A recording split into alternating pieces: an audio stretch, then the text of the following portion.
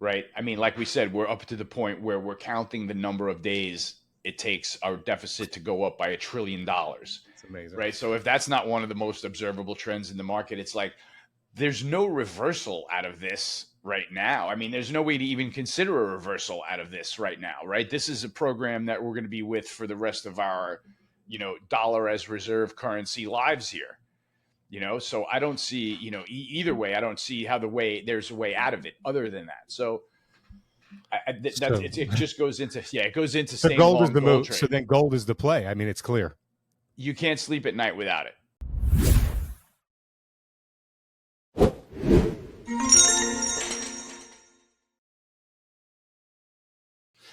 Tony, does it matter that Powell seemingly can not contain gold here under 2000 like it has been range bound the last 4 years?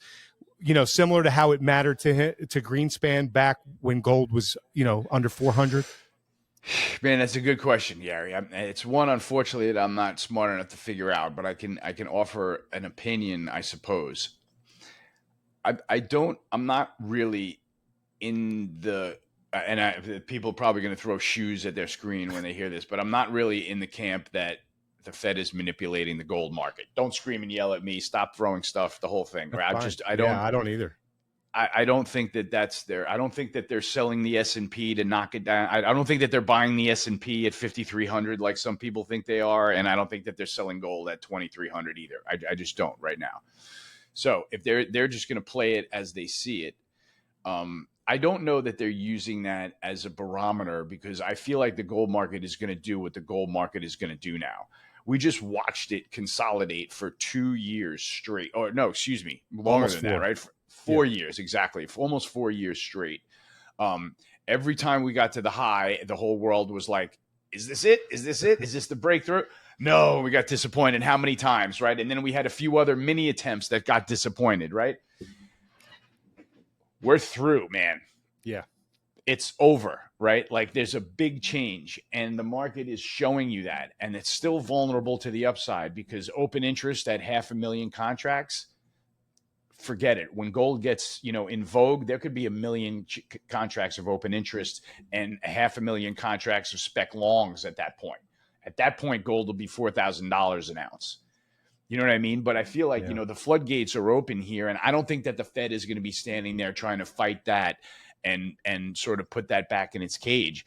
To me, it's been unbelievable to watch gold rally against real interest rates. Mm-hmm. Right? That chart has totally disconnected. And that's where you got to say, okay, you better stop trading gold off of that correlation because that correlation doesn't mean anything anymore. And maybe someday it snaps back into whack. I mean, snaps back into they snap back Balance. in, yeah, Balance. back into balance. I don't know, but that's a trade for another day. What's going on right now is gold is going up. It's forgetting about real interest rates, and you've got central banks buying, you've got physical guys buying, you've got people that were short covering, you've got people that were long adding, and I don't know. It looks like it couldn't be a cleaner breakout to me. So that's the way I'm postured in gold. And Yeah, I don't know I if that really. was the exact question, but It's okay. I really appreciate your perspective on that. And I want to read you something another Wall Street veteran recently shared to get your take on it. So some people are scared not to take profits on this gold and silver rally due to the history of false breakouts. He said, I'm the opposite. I remember well how the then 2000 to 2010 run started and it progressed. In the 1999-2000 start, there was little to no interest in the sector, just some fringe nuts waiting for a repeat of the 1970 to 1980 run. Then, after a run up in a few years, they began piling in because they realized this was, not going to be a false breakout. He said, I'm scared to death to take profits right now and miss out on this precious metal bull market. So I remain loaded to the gills with metals. What's your view on that? same. Same. I mean, I could go into it a little bit, but for me, it's saying as a trader looking at that flat top breakout, the onus was on me to be long through that breakout and to add on the other side of that breakout. And then to put a trailing stop on that position below the markets and to fold my arms for a little while. That's literally the type of trade that I think that we're in for here. And so that's a different way of saying that I totally agree. Right. I postured it that way in my newsletter. We've been long gold for years on my view matrix through the new highs. I said, if you're long gold, double the freaking thing right here at 2100, like, on the first move up. But then we stayed with the trade. There was no way to get shaken out of that. So, it's one of the, two. I only come up with a couple of high conviction ideas every month, and staying bullish the S&P and adding, sort of increasing my bullish conviction in gold have been the two strongest views that I've had since I started writing this newsletter in 2016. And I point over there because the first issue is standing over there on the wall. So, with those views that this is where my conviction is, my money's on the table. I mean, there's no other way to play this right now. And you're going to put your trailing stop behind the markets, and we're going to watch it trade. So that's my posture on that. That's awesome. So I asked another investment expert recently, what can halt the gold bull run? And here was his answer. The United States can slam the gold price with a trade surplus and a balanced budget. As soon as the U.S. government is fiscally responsible and the trade is balanced, the U.S. dollar will probably stop falling against gold. Tony, do you see this the same? And is this even a realistic outcome? Well, I tell you, I hate being in the same boat all the time as the people you're bringing up, but I have to agree with that too, because there's one trend that you can also observe is, I mean, and it's also the reason why Bitcoin is a $70,000 non-dividend bearing, non-earnings yielding, non-rent bearing investment at 70K, right? So I think it's the same reason. Sorry, Gary. Basically, his point is that if the United States government will balance the budgets and will reduce the trade deficit, that the dollar will stop falling against gold. It's observable also that fiscal irresponsibility is a runaway train. Right. I mean, like we said, we're up to the point where we're counting the number of days it takes our deficit to go up by $1 trillion. It's amazing. Right. So if that's not one of the most observable trends in the market, it's like there's no reversal out of this right now. I mean, there's no way to even consider a reversal out of this right now. Right. This is a program that we're going to be with for the rest of our, dollar as reserve currency lives here. So I don't see, either way, I don't see how there's a way out of it other than that. So it just goes into, it goes into staying gold is the move. So then gold is the play. I mean, it's clear. You can't sleep at night without it, right? Yeah. We're at the point where you can't sleep at night without it. If you could have below 2,100, you can't anymore. So, Tony, in the last month, the HUI, the GDX, the GDXJ, and other gold mining indexes, they're all up 15% as gold broke through 2,000 on its way to 2,300. Do you see miners participating in this gold move moving forward as long as gold holds 23 and or rises further? What do you see for the gold miners? I'm staying with this trend also. I am a on the tape serial gold mining bear, right? I am a gold bull, and like the reason I haven't participated in the miners is because they continue to underperform gold. If you want to keep it like basic enough to explain to your 8th grader why that might be the case, it is, number one, you can think of the fact that people are in the gold trade for the bullion, right? It's the fade against fiat that you're buying gold for, right? It's not because the CEO of Agnico went to Harvard.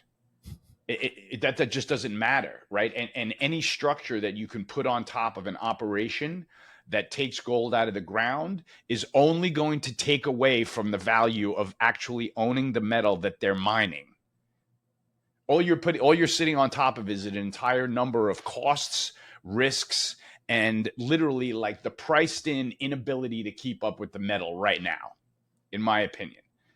And I understand that the conditions have been different in the past and that miners have seen periods of overperformance. When I start to see that, I'll consider another view.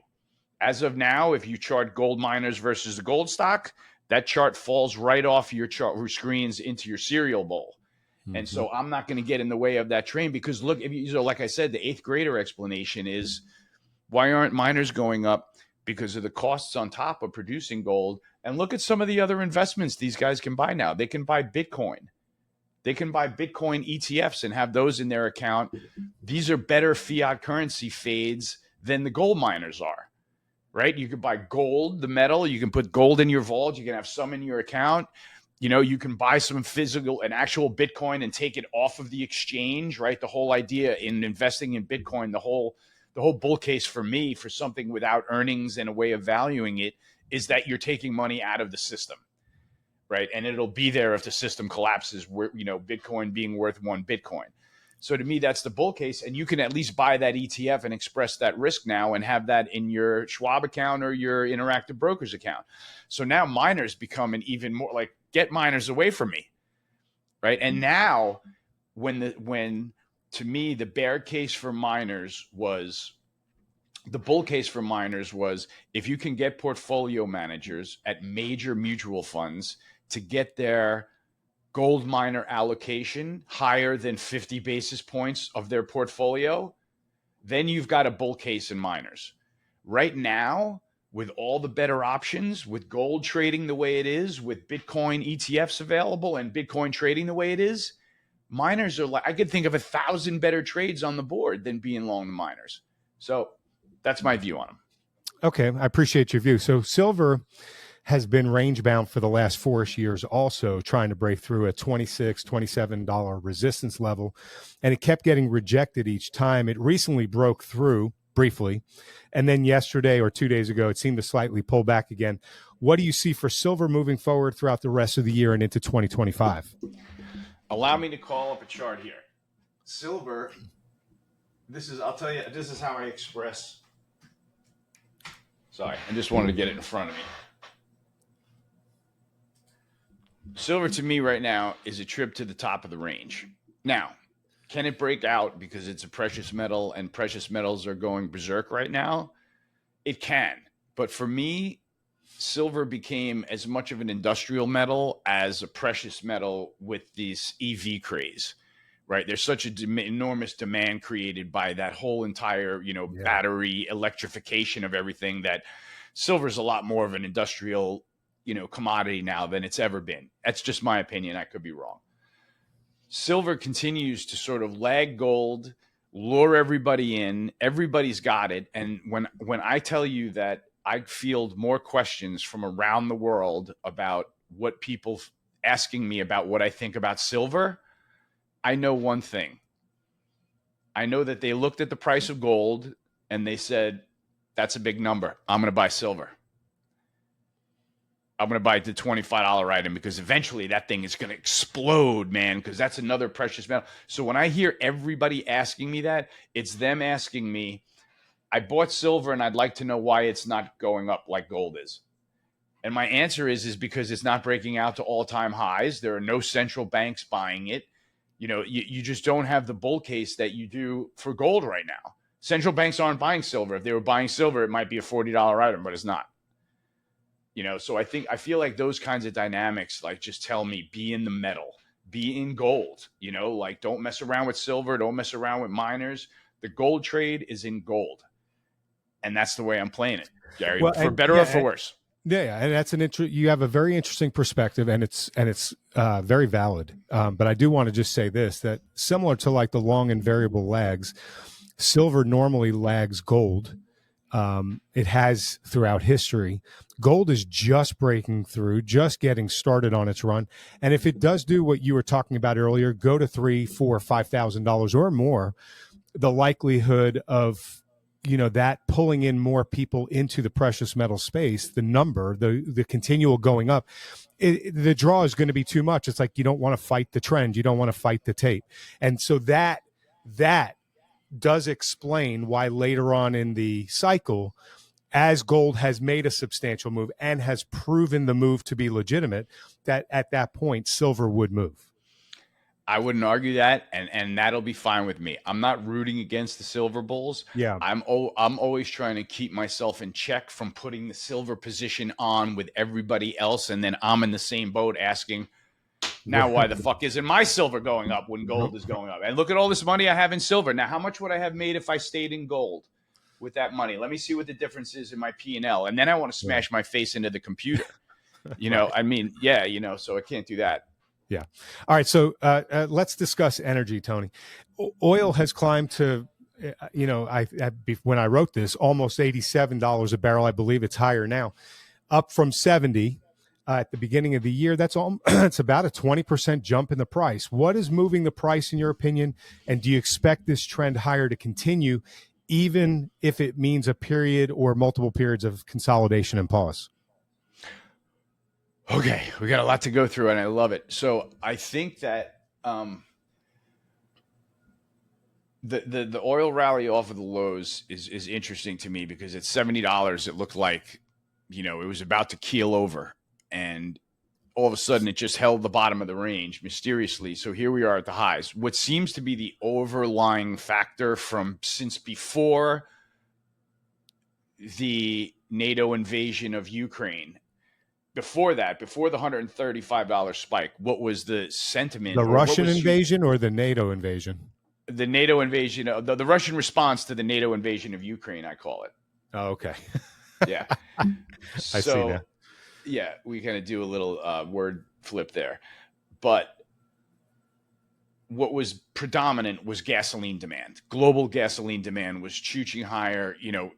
That was one trend that has been intact. That has been intact through the trip from 135 back down to 65, and it just sort of took over the spotlight in the last rally, right? Gold's gasoline spreads tightened up massively. There are attacks on the Russian refiners now that are taking capacity out of the Brent market.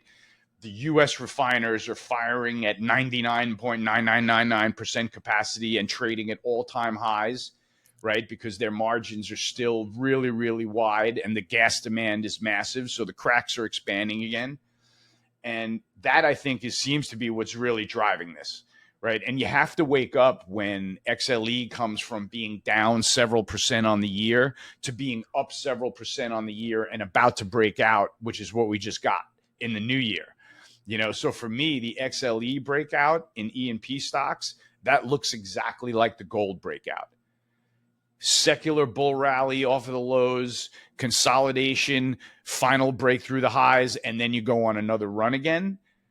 So it seems to me like the stage is really set for E&P companies to continue to perform, especially if we're going to be in this scenario where it's kind of natural resources doing better than tech because rates are a little higher. There's a little more inflation in the picture. And I feel like we can be with that scenario for a couple of months.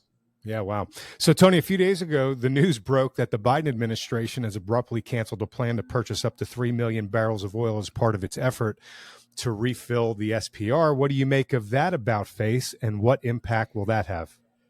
Man, it seems like the inmates are ruling the asylum if we're, number one, selling the SPR to knock the gas price down ahead of the November 2022 midterms that we just saw. So that's to me seems irresponsible. Not refilling it from $17 seems irresponsible. Not letting Trump refill it when he wanted to was irresponsible down at $30.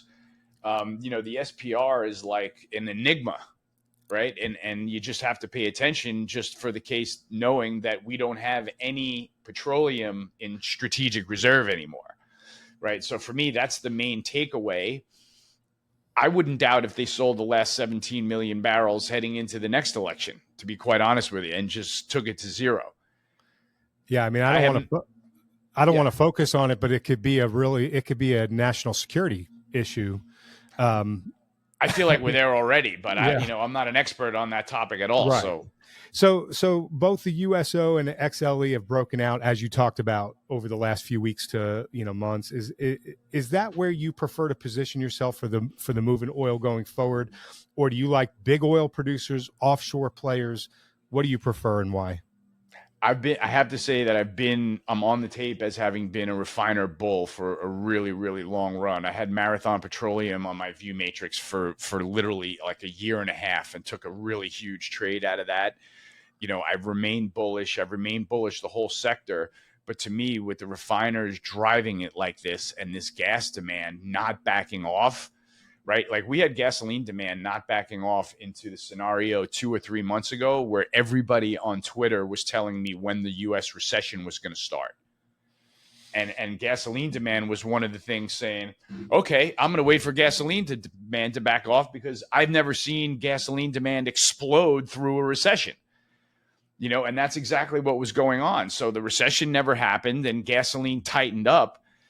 And, now you've got the geopolitical risk. You've got refiners firing on all cylinders. The oil services company, if you want to talk about something a trade that Cuppy's got nailed to a wall, is being bullish all of the sort of financially restructured oil services companies off the bottom. And I think that that's a great trade. Let him be your guide on that trade. But E&P, falls right in line behind it. ExxonMobil was sort of breaking down with the deal price going on, and now that's breaking out through all-time highs. Man, there's a lot to be bullish about in the E&P sector. I think that's going to be a place to be. So, Tony, I want to ask you a little bit about uranium. Uranium had a big run up in 2023, made it somewhat over $100 a pound from in the 30s, and then pulled back to the 80s. In your analysis, is the bull run over? Has it stabilized? Is there more room to run higher? And how do you see the uranium trade here and the supply versus demand picture over the next 12 to 24 months? Man, I love how you set these questions up, Gary. You lay it out so nicely. So uranium was pretty cool because all of the perma bulls got religion on the fact that there can be a price pullback when inventories are as tight as they are, right? It was literally an unbelievable, like the uranium miners run up to the highs in the 30s, while uranium was, trudging through $100 a pound, was really, really indicative because the miners were still lagging quite a bit. They only made it up to their last high when, uranium went kaflooey on the upside. To me, that was sort of a sign that you should be in the commodity and not as much in the miners.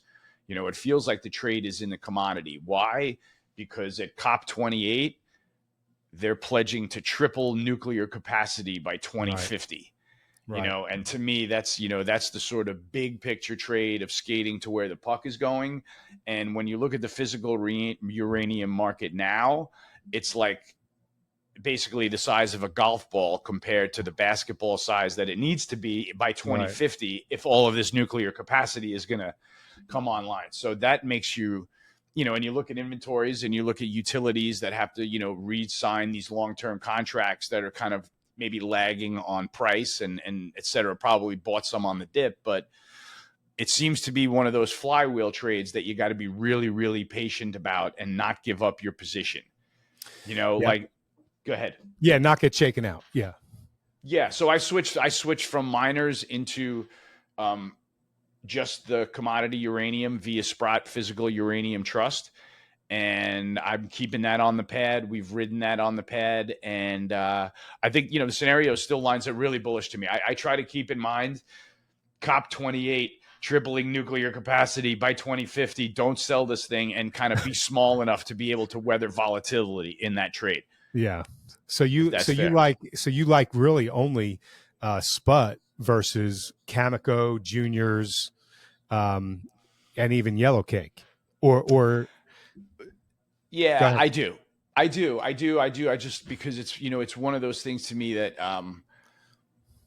the miners will profit for you to a point, and then there's a chance that they can just get you in trouble, right?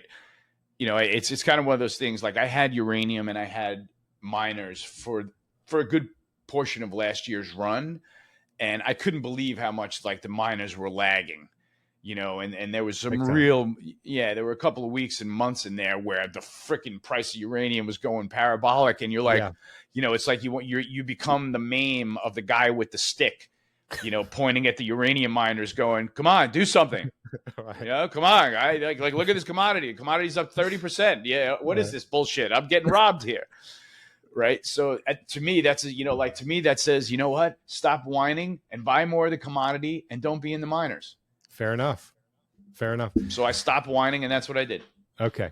So, Tony, I'd like to get your position on copper. All analysis is pointing to a massive supply deficit for copper beginning in the next year or two and lasting well into the 2030s. Billionaire copper mining owner Robert Friedland has been out ringing the alarm bells recently. He's saying that copper needs to double in price to bring in the necessary investment for new mines to come online just to solve the deficit. With the supply versus demand scenario as the backdrop and the global economic and debt reality as it is, do you see Dr. Copper as a great, good, or poor place to invest right now and into the future? So let me start by saying that I am a disappointed copper bull, right? I feel like that inventory story has been around as long as TG Macro has, right? Because I remember that when I first started this company in 2016, that I was one of the first trades that I put on Real Vision was, pointing to the copper deficits and, that we were going to be this pivot towards, electronic battery power. And there was just not enough copper in the world, and back then I was expecting copper to be at LME 50K right now, right? And it's 9K. Yeah. So I'm a disappointed bull in that time frame.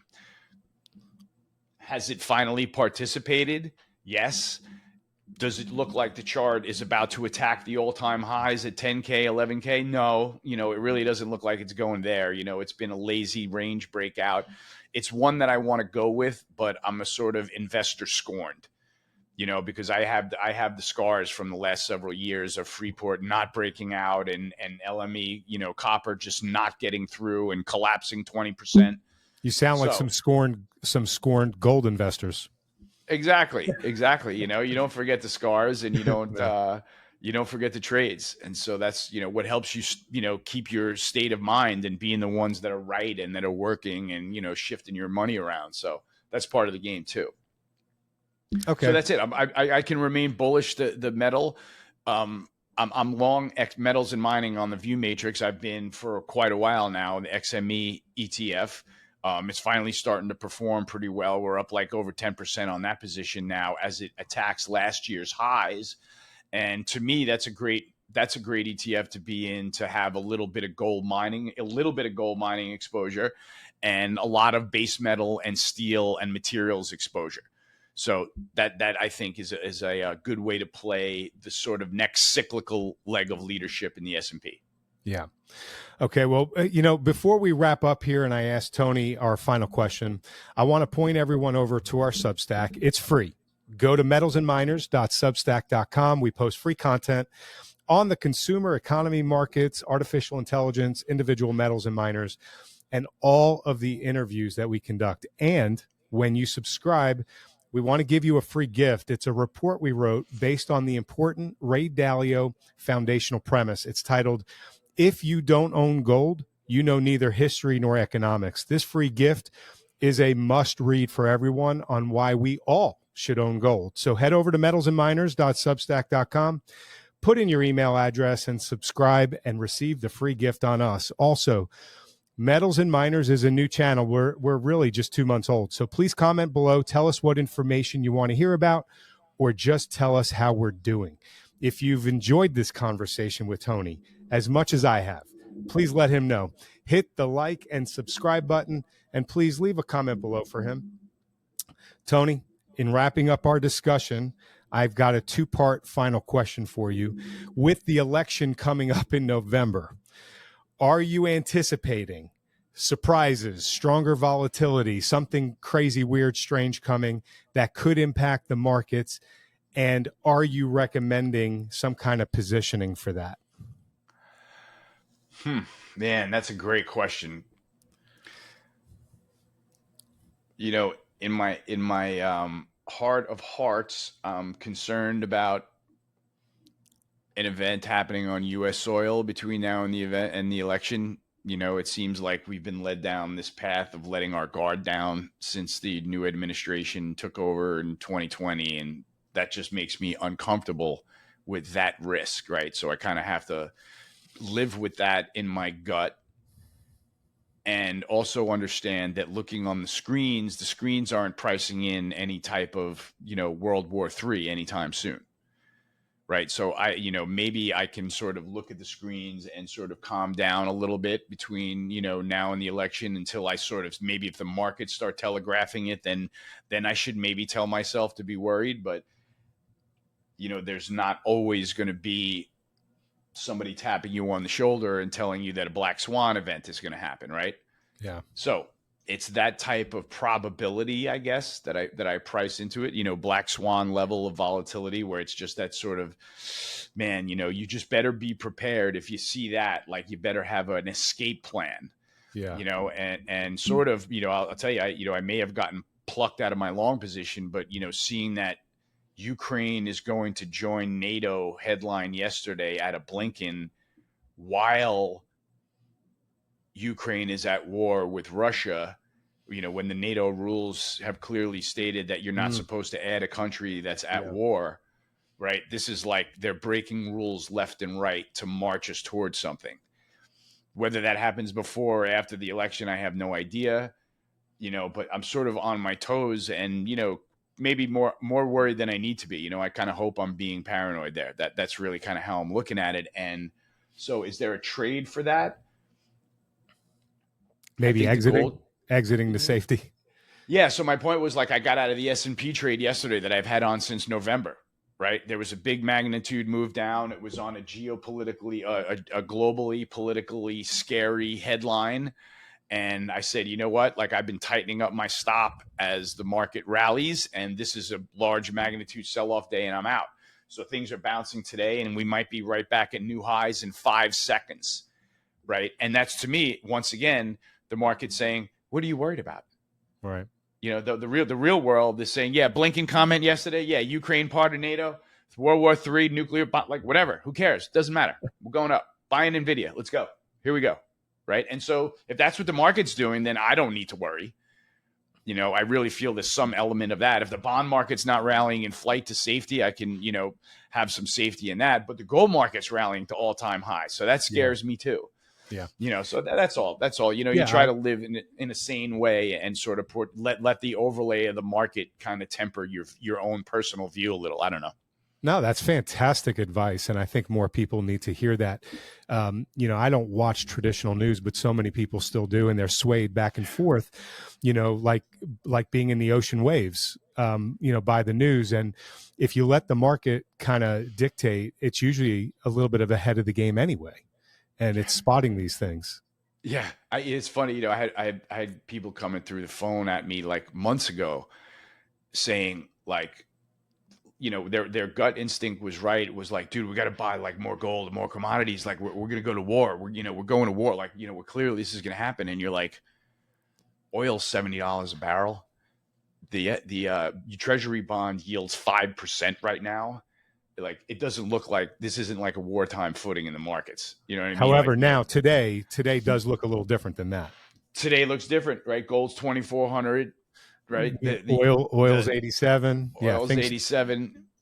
Things are starting to look different. Well, Tony, this has been amazing. Thank you for coming out to Metals and Miners podcast, for being so generous with your time, your analysis, your ideas. It has been amazing. Can you tell the viewers any final thoughts you want to share with those tuning in, where they can learn more about your work and how they can connect with you? Sure. Let me, I'll start right at the source at tgmacro.com. Right. That's where you can buy the newsletter. There are samples of old newsletters on there. I have an upscale package where I operate a really virile Slack channel. You can find me at tgmacro.substack.com. That's where I create free content on Navigator TV, and I put out weekly summaries on markets and podcasts with other people in the markets. And you can find me on Twitter at tgmacro.com. And if any of your listeners want to email me or have any questions, you can email me direct at tony@tgmacro.com. Tell me that, you can have them tell you that Gary sent you, and I'll try to take care of anybody that comes through your listener base. That's amazing. Guys, go visit Tony at each of those areas. I'm going to put all the links up in the description and on the screen, but go visit him. He is a wealth of knowledge. You need to be paying attention to what Tony has to say. Tony, thank you so much. Gary, you're too kind. Thank you for the compliments, and thank you for giving me a platform to express my views. when you subscribe, we want to give you a free gift. It's a report that we wrote based on an important Ray Dalio foundational premise titled, "If you don't own gold, you know neither history nor economics." This free gift is a must read for everyone on why we all should own gold. So head over to metalsandminers.substack.com, put in your email address to subscribe. It's free, and get the free gift.